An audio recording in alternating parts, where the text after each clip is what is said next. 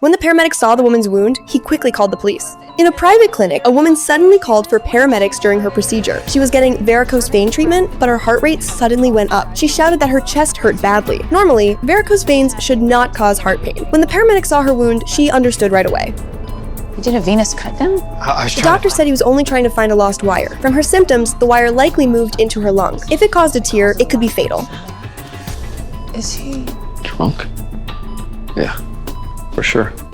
They removed the needle from her vein and wrapped the wound. Using a stethoscope, they heard a tearing sound in her lung. This meant there were air bubbles in her right ventricle. It was likely that her pulmonary artery was torn. If air flows back into her lungs, she'll be recalled by God right away. They told her to raise her right hand and lift her right leg. Then they placed her on a stretcher in a left side position. Luckily, no more accidents happened. The rest was left to doctors at a proper hospital. The doctor tried to leave, but was stopped. I need to get back to you. This is putting me way behind schedule.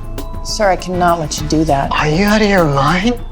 Finally, 2 police officers walked in. The doctor's life was basically over, so always go to a proper hospital for treatment. Don't ever get tricked by illegal clinics. The paramedic removed the ice pack. The girl's broken shoulder bone was sticking out. Just now, the gymnast girl fell from the high bar. She said she heard the sound of her bone breaking, but her mother only cared about next week's national championship. She did not worry about her at all. The girl's face twisted in pain. This mother really has a big nerve. What is more important than her daughter's health? The paramedic noticed her muscles were unusual. Then, she was sent to the hospital. Her muscle size was close to an adult. Combined with the serious fracture, it showed her bone density was likely very low. All this proved she might be using performance drugs. The paramedic hoped the doctor could do a blood test, but the doctor had no authority and feared legal trouble. The girl's mother told them to mind their own business. She said she was the real mother. How could she give her daughter banned drugs? She said her daughter's results came from hard training. The mother did not look like she was lying, so the problem might be with the coach. They went to the gymnastics team to ask, but the coach kept pretending and playing dumb. He said he only gave vitamins. So when the cops search your office, that's what they'll find?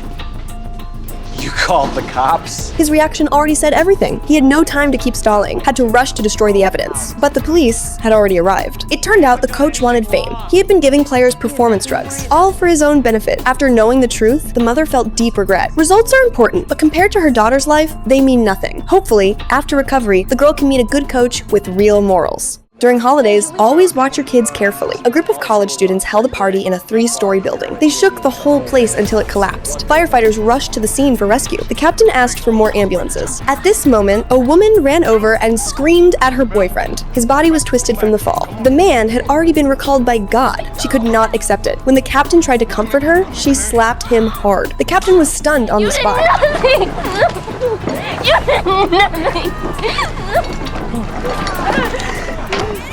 I got one! A girl was buried in the ruins, crying in pain. A wooden spike pierced through her shoulder. Firefighters quickly cleared the debris, but she lost too much blood. They had to send her to the hospital with the spike still in place.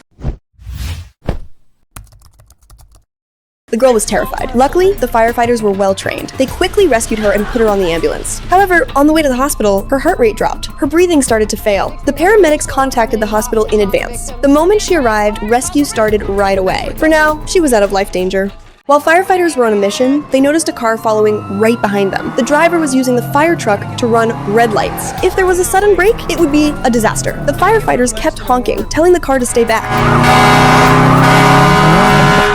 Not budging. All right, I gotta call CPD. Give this guy a ticket. But the car kept pushing the limit and got even closer. Suddenly, a truck turned sharply ahead. The fire truck had no time to avoid it and had to brake hard.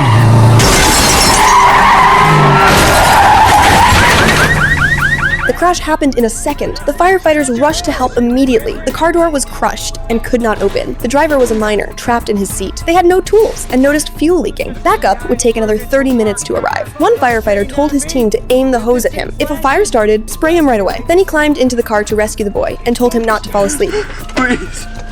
I'm afraid you're gonna die. Now the boy finally felt fear. When he was chasing thrills, he never thought about the result. The firefighters struggled to clear the obstacles and pulled him out. Luckily, They were well trained and no one died. But the boy was not in good condition. The paramedics found fluid in his lungs. He needed to be intubated. He was half conscious and had a strong vomiting reflex, resisted the tube badly. Even worse, they did not have the right backup drugs. 20 milligrams of midazolam could relax his muscles, but this dose was above their standard limit. They needed remote approval from a doctor to use it, and that approval would take time. At the critical moment, they had to take a risk. They gave him the injection directly. This decision saved the boy's life. Always keep a safe distance while driving. Value your life and stay away from dangerous driving. A man was climbing a tall building with no safety gear. He was about to fall at any moment, but he refused help from the firefighters.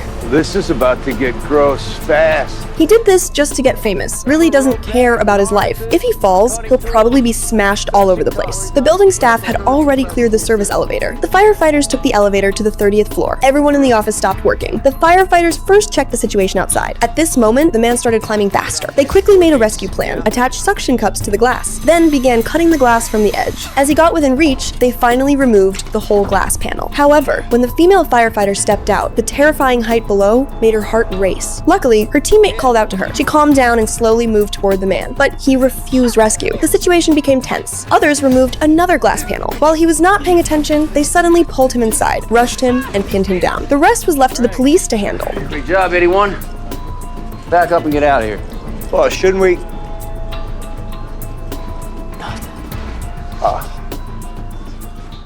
A man held his wife hostage and threatened the police. No matter how the police called out, he would not show himself. With the situation inside unknown, they did not dare act rashly. So the SWAT team fired a tear gas grenade, but they mistakenly fired a smoke grenade instead. The man did not lose his ability to act. It almost harmed the teammates preparing to break in. Fall back! Fall back! What the hell is happening? Suspect fired at us through the door. He is not incapacitated.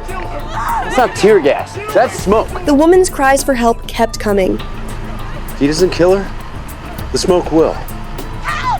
At this moment, the woman ran to the window alone. Firefighters quickly prepared a ladder to rescue her, but before the ladder was set up, the man noticed. Luckily, the captain warned them to retreat. They barely escaped danger. They decided to go down from the roof with ropes. They climbed to the roof and carefully rappelled down. When they got close to the window, they told the woman to stay quiet. Taking advantage of the man not noticing, they quickly pulled her out. But after climbing up just a little, the man realized his wife was gone. The SWAT team below wanted to shoot him, but the smoke was too thick to aim. Just as the firefighters were about to reach the roof, the man looked up and saw them. At the critical moment, a firefighter knocked him down with a high-pressure water hose. The SWAT team moved in and subdued him. Someone reported hearing cries for help near a sewer. Firefighters followed the pipe to search. At the outlet, they saw a woman. She was about to be submerged by dirty water. A firefighter jumped in without hesitation. He tried to lift her up, but her feet got stuck in the filter grate. She could not move at all. After calling for backup, the captain also jumped into the water. Ignoring the smell, he dived under to clear what trapped her, but the current was too strong. He could barely move. Luckily, teammates arrived with equipment in time. Just as he put on the gear and dived again, the woman could not hold on and slipped into the water. A strong suction kept pulling her down. Thankfully, it did not last long. The debris near her feet was cleared. Several firefighters worked together and pulled her up. She barely escaped death. So remember, watch your step when walking. Don't always look down at your phone. Even a small manhole can be dangerous.